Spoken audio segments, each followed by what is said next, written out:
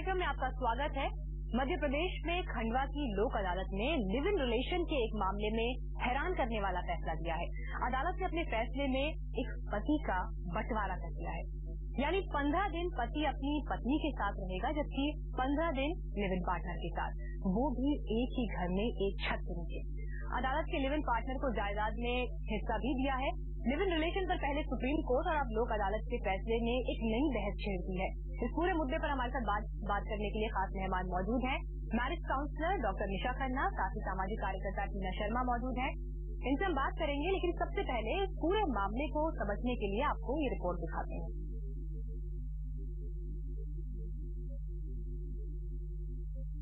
लोक अदालत का लिव इन रिलेशन पर चौंकाने वाला फैसला। पति पत्नी के साथ घर में ही रहेगी live in partner. Live in partner को मकान, जमीन में भी आधा हिस्सा मिलेगा। ये फैसला खंडवा में हुई नेशनल लोक अदालत में हुआ है। माननीय न्यायालय ने बड़ा टफ डिसीजन किया है। सुप्रीम कोर्ट के लिव इन रिलेशनशिप को मान्यता देने की पहल को ध्यान में रखते हुए न्यायालय ने समझौते के आधार पर मकान, खेत और पति को भी बांट दिया।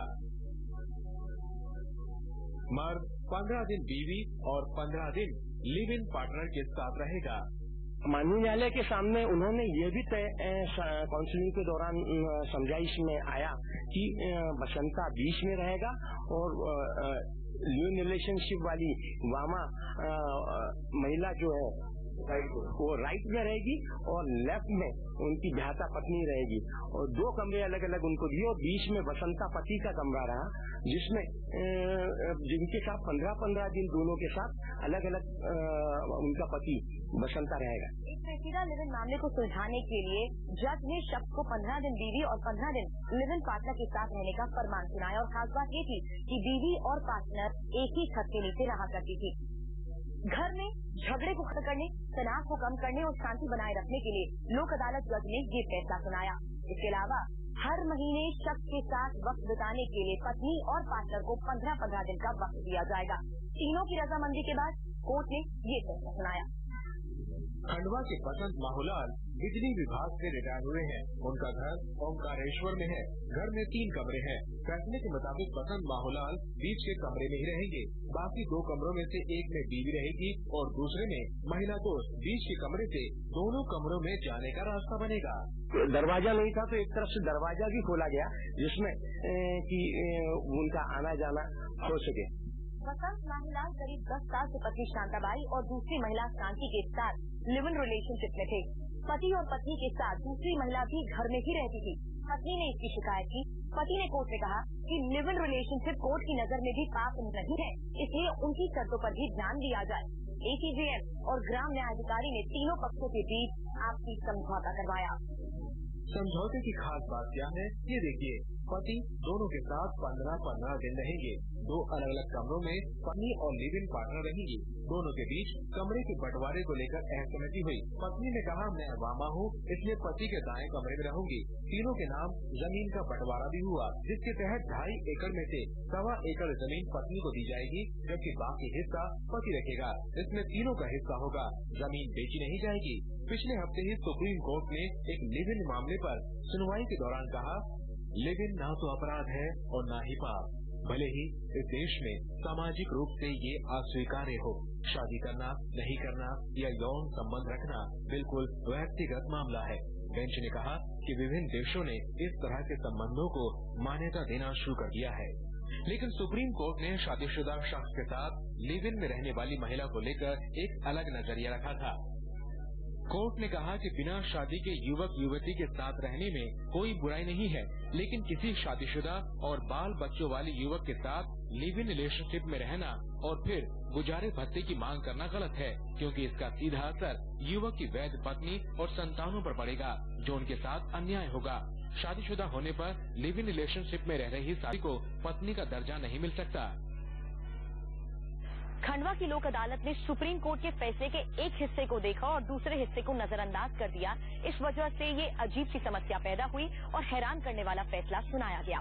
खंडवा से देवेंद्र जायसवाल के साथ सुरभि शर्मा, इंडिया टीवी। हैरान करने वाला ये फैसला सामने आया है और ये फैसला इसलिए भी हैरानी भरा है क्योंकि ये दो बातों में एक साथ विरोधाभास यहाँ पर पैदा करता है।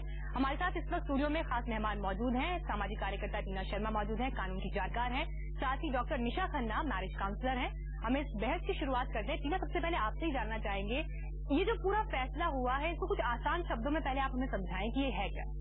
देखिए, ये फैसला ऐसा हुआ है कि एक रिलेशनशिप में ऑलरेडी आप हैं जो मैरिज है, और दूसरा रिलेशनशिप है जो आप बाहर रह रहे हैं किसी महिला पार्टनर के साथ। महिला पार्टनर ने अपने हक के लिए, अपने अधिकारों के लिए कोर्ट को जो है, लोअर कोर्ट को जो है अप्रोच किया, और वहां पर एक बिल्कुल सही आपकी जो रिपोर्टर है उन्होंने सही कहा कि वहां पर उन्होंने जो है आधा जो सुप्रीम कोर्ट का फैसला है, अभी सुप्रीम कोर्ट विचार कर रहा है उस पे, और वो जो फैसला है वो ये है कि जायदाद में और बच्चों का अधिकार और महिला का अधिकार, जो लिव इन पार्टनर है महिला का अधिकार, वो ना खोए। पर अगर आप एक ही छत के नीचे ला रहे हैं, जो कि इस फैसले का दूसरा हिस्सा है, ये आप एक ही छत के नीचे लेकर आ रहे हैं, तो फिर हिंदू धर्म में और मुस्लिम धर्म में क्या फर्क रह गया, पहली बात। दूसरी बात, आप मैरिज जैसे सैक्रेड रिलेशनशिप को कैसे ब्रेक कर सकते हैं, जहां हमारा देश जो है वो मैरिज जैसे होली रिलेशनशिप पे टिका हुआ है। तीसरी बात मैं ये कहना चाहूंगी कि ओवर कंपनसेट करते हैं आप एक अग्रीव पोर्शन को गलत लॉज के साथ। हमारे अगर रिसेंट टाइम में अगर हम लॉज देखें मीनाक्षी, तो लॉज ऐसे हैं, इनफैक्ट इंडियन एक्सप्रेस का आर्टिकल आया और काफी सारे लॉज आज खड़े होकर थे। तरुण 23 साल वाले केस में अगर आप देखें, जुवेनाइल वाले केस में अब कोर्ट को और लॉज को चैलेंज किया जा रहा है। इसमें सिर्फ मैं एक लाइन बोल के इसको, मेरे को लगता है ये बहुत बड़ा चिंतन का विषय है। पार्लियामेंट में बैठे लोग किस तरह से लॉ बना रहे हैं, मुझे लगता है यहाँ पर कुछ है नहीं उनके, और बिल्कुल खाली है। लॉज हमारे हमेशा जो है आने वाली डिकेट्स को एड्रेस करने चाहिए, पर आज की स्थिति में ये देखा जा रहा है कि जो लॉ है वो करंट इश्यू को भी एड्रेस नहीं कर रहा है। बिल्कुल जी, जैसे आपने कहा, इसी बात में मैं एक और बात ऐड ऑन करूंगी कि यहाँ पर जब हम बात करते हैं शादी की, एक कानून दूसरे कानून को तोड़ने की इजाजत नहीं दे सकता। निशा, आप मैरिज काउंसलर हैं, एक लाइन में इसमें मीनाक्षी छोटा सा, जहाँ पर किसी के दूसरे के राइट वायलेट हो रहे हैं, वहाँ दूसरे का राइट, मतलब एक का राइट वायलेट हो रहा है तो दूसरे का राइट एग्जिस्ट नहीं करता, ये ह्यूमन राइट्स कहता है। तो ये जो फैसला आया है बहुत ही गलत फैसला है, अपने आप में लीगल कॉन्ट्राडिक्शन है इस फैसले में। जी निशा, आप इसी बात को आगे बढ़ाते हैं। आपने लिव इन पार्टनर के लिए, उसके लिए अधिकारों की एक यहाँ पर फाउंडेशन रख दी, लेकिन पत्नी का क्या? वो भी एक महिला है, लेकिन उसके लिए यहाँ पर मुश्किलें खड़ी होंगी। एक परिवार के लिए मुश्किलें खड़ी होंगी, जो पहला परिवार है उसमें जो बच्चे हैं उनके लिए मुश्किलें खड़ी होंगी। डेफिनेटली यहाँ पर एक क्वेश्चन आता है, क्योंकि हम मैरिज को एक सोशल इंस्टीट्यूशन मानते हैं, और हमारे हिंदू समाज में अगर बात करें तो मैरिज को एक बहुत सेक्रेड रीजन माना जाता है। इंस्टीट्यूशन को ध्यान में रखते अगर हम देखेंगे कि हमें लिव इन को जो है हम उसको अपोज नहीं कर रहे हैं, पर कहीं ना कहीं ये मैरिज जैसे इंस्टीट्यूशन को हार्म जरूर दे रहा है। हम बढ़ावा दे रहे हैं लिव इन रिलेशनशिप को। अगर इसी तरह देते रहेंगे तो मुझे लगता है इंडिया में भी अब्रॉड की तरह मैरिज की कोई वैल्यूज नहीं रह जाएंगी। आज की डेट में मेरे ख्याल से बहुत सारे लोग, बच्चे हैं जो इस लिव इन रिलेशनशिप में रह रहे हैं। अगर इस रिलेशनशिप को माना जाए तो जितनी भी शादियों में एक्स्ट्रा मैरिटल अफेयर होते हैं उनमें पार्टनर्स एक दूसरे को फोर्स करेंगे कि they can approach into and they can live into A one shelter के नीचे वो लोग दूसरे को डिवाइड करके रह सकते हैं। और ये जो कोर्ट का फैसला है, मुझे लगता है इस मामले में हम लिव इन को बढ़ावा देकर और साथ ही साथ एक्स्ट्रा मैरिटल अफेयर्स को बढ़ावा दे रहे हैं, जिसमें पार्टनर्स को इसके साथ ही यहाँ पर एक असमंजस की स्थिति तो है ही, लेकिन साथ ही साथ हमेशा देश की अदालतें समाज के लिए एक नई दिशा, एक नई सोच देती है, लेकिन इस फैसले की वजह से एक असमंजस, एक विरोधाभास देखने को मिल रहा है। इस फैसले पर और बात करेंगे एक छोटे से ब्रेक के बाद।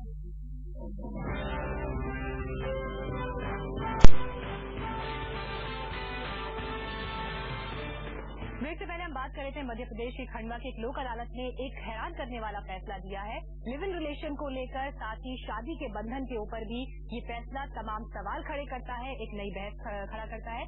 इस बहस में हमारे साथ अभी जुड़े हैं दिल्ली बार काउंसिल के सचिव मुरारी तिवारी।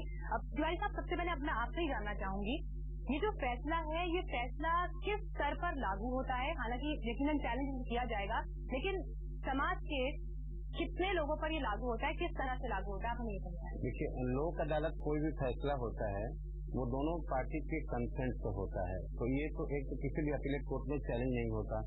और इसमें जो मुझे समझ में आ रहा है कि जो पहली पत्नी है उन्होंने कंसेंट दिया होगा जुडिशियल ऑफिसर के सामने, और एज ए कॉम्प्रोमाइज उन्होंने अंडरटेकिंग दी होगी और ली होगी कि हम इस तरह से अरेंजमेंट करके रह सकते हैं। तो लोक अदालत के किसी भी फैसले का कोई अपील नहीं होती, कहीं कोई चैलेंज नहीं होता। और सबसे बड़ी बात आपको बताऊं जो हमारे हिंदू मैरिज एक्ट है उसमें अगर पत्नी ऑलरेडी पहले से है, वो अगर इतराज नहीं करती है सेकंड वाइफ के लिए, तो कोई कानूनन प्लेटफॉर्म पर कोई उसका कोई ऑब्जेक्शन थर्ड पर्सन को अलाउड नहीं है कि आप आएं और पति पत्नी के बीच में किसी तरह का कोई पिटीशन डाल दें और लीगैलिटी इलीगैलिटी चैलेंज कर दें। तो इसमें जो मुझे दिख रहा है कि जो पहली पत्नी है उन्होंने कंसेंट दिया है कि हाँ ठीक है, हम आपस में एक अरेंजमेंट कर लेते हैं, 15 दिन तुम मेरे साथ रहो, 15 दिन तुम मेरी ये सेकंड बहन के साथ रहो, और ये लोक अदालत में इस तरह से इन्होंने एक समझौता किया होगा। ये जुडिशियल ऑर्डर नहीं है, लेकिन, ये एक लेकिन ये समझौता भी बहुत हेल्दी कंडीशंस में नहीं हुआ। अगर हम देखें इस पर गौर करें इस फैसले पर, तो आपको बताऊं, इसमें अब दुर्भाग्य कहें या सौभाग्य कहें, जो पत्नी होती है, जो लीगली वेडिड वाइफ जिसको बोलते हैं, वो अगर चाहे तो ही पति पत्नी के बीच में कोई पिटीशन डाल सकती है। टीना जी भी हमारे लॉ कर रही हैं, अभी बैठी है मेरे पास। इनको भी पता है कि पति पत्नी के बीच में कोई तीसरा आदमी कोई पिटीशन नहीं डाल सकता, उसी को एतराज हो सकता है पहली पत्नी को कि वो दूसरी पत्नी को अलाउ नहीं करूंगी मैं। ये जो मुझे लग रहा है ये लोक अदालत का एक समझौता है, और इस समझौते में अगर मुझे लगता है कि कोई चैलेंज कर सकता है कुछ। इसे अगर सिंपल मैथ्स में समझे तो अगर कोई कंप्लेनेंट नहीं है तो कोई FIR दर्ज नहीं हो रही है इस तरह से। नहीं, ये टीना जी एक एक्सेप्शनल सिचुएशन है। पति पत्नी को आप समझने की कोशिश करें, हिंदू मैरिज एक्ट में हस्बैंड वाइफ के बीच में कोई भी डिस्प्यूट है तो पति पत्नी ही लेते हैं, उसमें कोई भी। इसमें एक मुरारी दूसरी बात मैं कहना चाहूंगी वो ये कि कई बार दबाव में पहली पत्नी, क्योंकि पहली पत्नी के पास पति अगर नहीं आ रहा है, उसको खर्चा नहीं तो टीना जी वो पत्नी कहे ना, तो पत्नी कहे कि मेरे को दबाव था, मैं किसी तरह के दबाव में मैंने डिसीजन लिया है। जिसमें एक्स्ट्रा मैरिटल में हस्बैंड था और 9 साल से अफेयर चल रहा था, उनकी लव मैरिज हुई थी, जिसमें जो लिविंग जो पार्टनर थी उसकी अफेयर थी, वो डिमांड कर रही थी कि वाइफ जो है वो रजामंदी दे दे लिखकर, नो ऑब्जेक्शन लेटर। जबकि मैंने लॉयर से भी कुछ बात की तो उन्होंने बोला था नो ऑब्जेक्शन लेटर, अगर फर्स्ट वाइफ लिखकर दे देती है तो शादी कर सकते हैं। बिल्कुल आप ठीक कह रही है। हम यही कह रहे हैं ये सेइंग कि अगर पहली पत्नी ऑब्जेक्शन नहीं करती है तो पति कर सकता है, और उसको किसी भी दिन अगर पहली पत्नी ने अगर रिटर्न कंसेंट नहीं दिए तो वो चैलेंज भी कर सकती है। इसमें जो प्रॉब्लम्स है वो ये है, देखिए मीनाक्षी, हमें ये समझना पड़ेगा इसके इश्यूज कैसे राइज हो सकते हैं, ये क्यों हुआ होगा। पहली बात मुरारी जी ने बिल्कुल ठीक कहा कि पहली पत्नी ने कंसेंट दिया होगा, लोक अदालत में जाके उसकी कंसेंट के बिना नहीं हो सकता। पर इसमें जो गॉड इशू है, जो बेसिक मुद्दा है वो ये है कि हो सकता है पत्नी किसी प्रेशर में हो। यही मैंने कहा कि हेल्दी कंडीशन नहीं रही होंगी तो आज की डेट में जो एक्जिस्टिंग लॉ है उस लॉ के तहत ये पत्नी ही, जो पहली पत्नी है वही ऑब्जेक्शन कर सकती थी, और आज भी अगर वो चुपचाप खड़ी है। यहाँ पर एक बात हमें ये भी गौर करनी पड़ेगी, जिसके पत्नी की बात हुई या दूसरी महिला जो लिविंग में है उसकी बात हुई, लेकिन ऐसे में जो बच्चे हैं उन पर क्या असर पड़ेगा, उन्हें कानून क्या राइट्स मिलते हैं, इस पर भी हम चर्चा करेंगे। साथ ही लिव इन रिलेशन जिन्हें अभी कानूनी वैधता नहीं है या उनके ऊपर अभी ऐसा कोई कानून हमारे सामने अच्छी सिचुएशन में नहीं है, इस पर भी हम चर्चा करेंगे एक ब्रेक के बाद।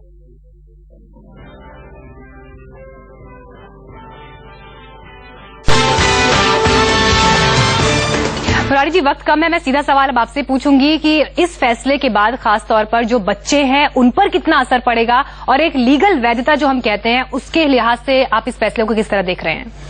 इस फैसले से पहले ही हमारे यहाँ कानून बहुत सेटल्ड है।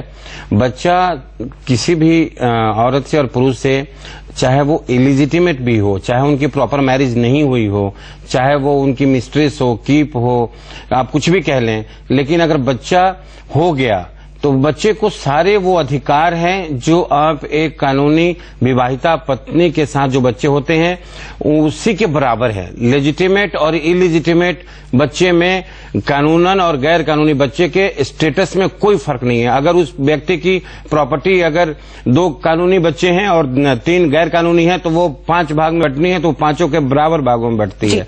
तो बच्चे का राइट ऑलरेडी हमारे यहाँ जो एग्जिस्टिंग हिंदू लॉज हैं उसमें आपको मैं बताऊं बहुत पूरी तरह से प्रोटेक्टेड है, कहीं से उसमें कहीं कोई कमी नहीं है। बिल्कुल। चलिए, तो बच्चों की बात की ना, मैं चाहूंगी कि आप इस बात को क्लैरिफाई करें जो बात हम ब्रेक में भी कर रहे थे कि सुप्रीम कोर्ट ने जो फैसला दिया, जो निर्देश दिए, ये फैसला उस कड़ी शादी से जुड़ा हुआ नहीं है। बिल्कुल गलत। देखिए, मैं जो मुरारी जी ने बोला है उसको मैं एंडोर्स करना चाहूंगी। और दूसरा, नारायण दत्त तिवारी का एक केस आया था, आपको याद होगा, उनका इलीगल बच्चा और डीएनए टेस्ट भी मांगा गया था। उसने कहा था कि मैं आपका बच्चा हूं और मुझे आपके उसमें राइट्स मिलने चाहिए। तो नारायण दत्त तिवारी का एग्जाम्पल इसमें बिल्कुल सेट बैठता है। पहली बात ये। दूसरी बात ये कि एक हफ्ते पहले ही, कुछ 8 दिन पहले सुप्रीम कोर्ट ने ये कहा कि लिव इन रिलेशनशिप पे कोई कानून नहीं है हमारे यहाँ, क्योंकि एक्स्ट्रा मैरिटल जो है वो हमारे यहाँ पर एक्स्ट्रा मैरिटल, शादी से बाहर जाके आप सेक्सुअल संबंध बनाते हैं तो उस पर कोई रोक नहीं है हमारे यहाँ, हमारे देश में, पर कानून भी नहीं है। तो अब इसमें बच्चों के राइट्स जो है वो प्रोटेक्टेड है, पर वो महिला क्या करेगी? उसको मेंटेनेंस नहीं मिल सकती, उसको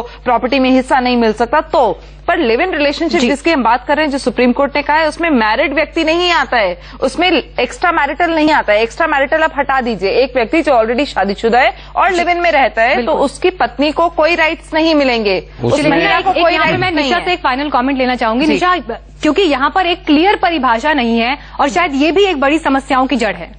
बिल्कुल एक क्लियर परिभाषा नहीं है, पर सुप्रीम कोर्ट ने संज्ञान लिया। आपको ध्यान होगा कि कुछ ऐसे मामले आए बीच में, जैसे जेंडर से रिलेटेड आए गे रिलेशनशिप पे, तो उस पे भी आया कि उस पे कोई कानून बनना चाहिए। निशा, आपका भी एक फाइनल कमेंट। सोसाइटी जैसे जैसे चेंज हो रही है, कानून अपने आप को उसमें लाता है और कानून कहता है इसका दायरा एक सीमित होना चाहिए। ये बिल्कुल आप खुले माहौल में जा रहे हैं, तो उसके लिए कानून भी होना चाहिए। आज से 1-2 साल पहले मैंने एक डिबेट में पार्टिसिपेट किया था एनडीटीवी पर। वहां पर सुप्रीम कोर्ट का एक स्टेटमेंट था कि लिव इन रिलेशनशिप इलीगल नहीं है। जब उस बहस में ये हुआ था तो सारे लॉयर्स काफी बैठे थे, तो वहां पर डिस्कशन में ये आया था, कोर्ट का कहना है ये इलीगल नहीं है, बट ये भी नहीं है कि ये लीगल है। तो this is a diplomatic statement जो आज से कई साल पहले सुप्रीम कोर्ट ने दी थी। Diplomatic it is not diplomatic. Ma'am, एक मेरी बात को समझिए। बियॉन्ड मैरिज एंड वैसे सेक्सुअल और जिस आप रिलेशनशिप की बात कर रही हैं, सुप्रीम कोर्ट का जो स्टेटमेंट आया था वो ये आया था कि एक औरत जो एक आदमी के साथ अफेयर में है, जो ऑलरेडी शादीशुदा है और उसे उस अफेयर में चले जाने से पहले पता है कि आदमी शादीशुदा है, तो वो वहां पर किसी भी तरह के राइट्स की मांग नहीं कर सकती है। ये जो सुप्रीम कोर्ट के स्टेटमेंट की आप बात कर रहे थे ना, लेकिन ये दो मामले आपस में बहुत अलग हैं, ये हमें मानना पड़ेगा। मैरिड है और एक समस्या ये है कि क्योंकि परिभाषा क्लियर नहीं है, उसकी वजह से कई समस्याएं खड़ी होती है। और तीसरी बात जो सामने आती है, क्योंकि ये लोक अदालत का फैसला है तो इसे चैलेंज भी नहीं किया जा सकता, लेकिन ये फैसला अपने आप में एक फैसला है, इसे हम जनरलाइज नहीं कर सकते। आप तीनों ने इस बहस में हिस्सा लिया, आप तीनों का बहुत बहुत शुक्रिया। फिलहाल हम रुकेंगे एक ब्रेक के लिए, लेकिन ब्रेक के बाद आपको दिखाएंगे कुछ और खबरें।